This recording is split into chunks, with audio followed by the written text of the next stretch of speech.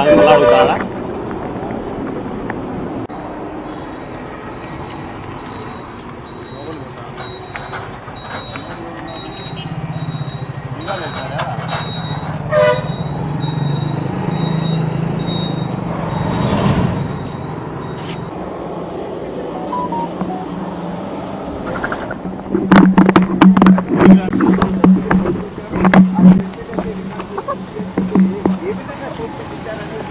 పక్క నిలబెడతా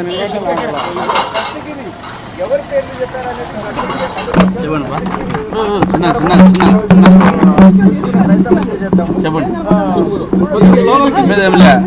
మొన్న పెట్టిన కేసు జైల్లో జరిగిన విషయాలన్నీ కూడా అంటే నన్ను ఇబ్బంది పెట్టిన ప్రతి ఒక్క అధికారి, అన్యాయంగా కేసులు కట్టి నన్ను జైలుకు పంపించిన ప్రతి ఒక్క అధికారి మీద నేను కంప్లైంట్ ఇవ్వడం జరిగింది. దాని మీద కూడా ప్రభుత్వం మంచి యాక్షన్ తీసుకుంటుంది. ఇలా వైసీపీ ప్రభుత్వంలో ప్రతి ఒక్కరూ గవర్నమెంట్ సంబంధించి డిపార్ట్మెంట్ వారు ప్రతి ఒక్కరు కూడా ఇబ్బందులు పెట్టిన కారణం చాలా ఉంది.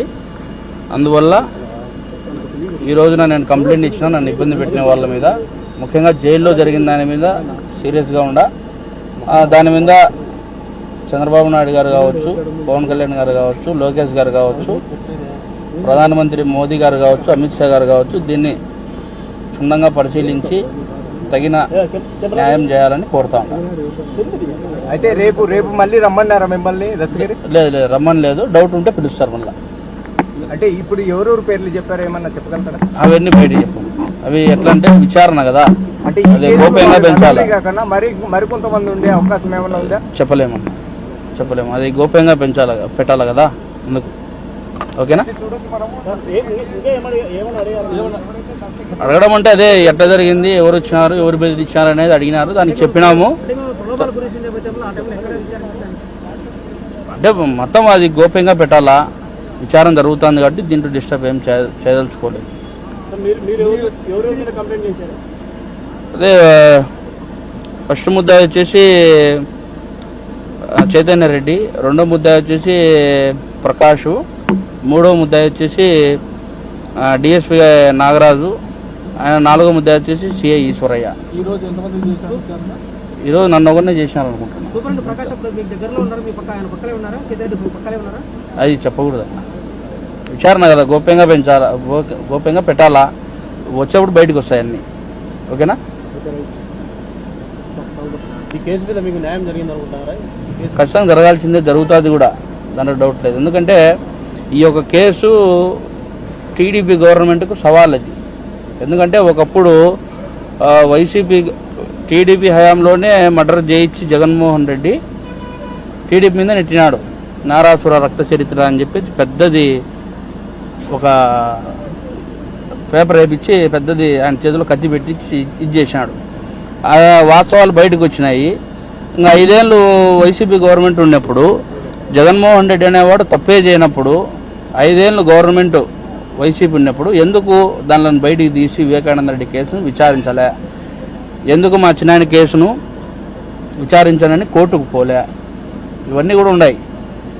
అందువల్ల ఎవరు చేసినారు, ఎవరు చేయించినారు అనేది క్లారిటీగా ప్రజలకు తెలుసు, అందరికీ తెలుసు, మీ మీడియా మిత్రులకు అందరికీ తెలుసు.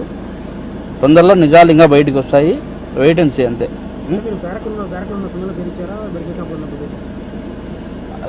చెప్తామన్నా, తొందరలో బయటకు వస్తాయి, ఏం దాచిపెట్టుకునేది ఏమి ఉండదు.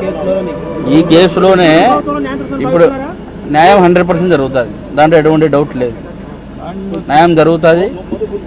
అందరూ టీడీపీకి సంబంధించిన కూటమి ప్రభుత్వానికి సంబంధించిన పెద్దలందరూ కూడా దీని మీద దృష్టి పెట్టినారు. ఇప్పుడు స్టార్ట్ అయింది, ఎండ్ కార్డు పడుతుంది తొందరలో. ఓకేనా?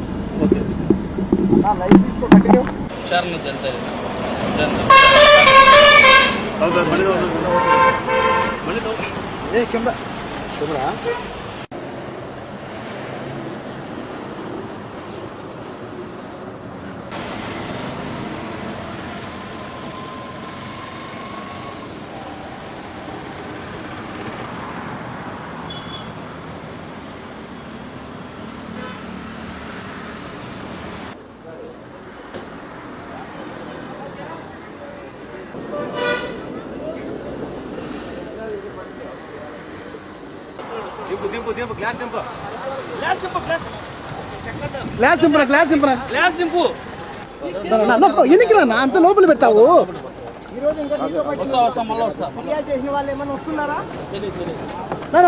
ఎందుకు రానా మరి అంత దగ్గర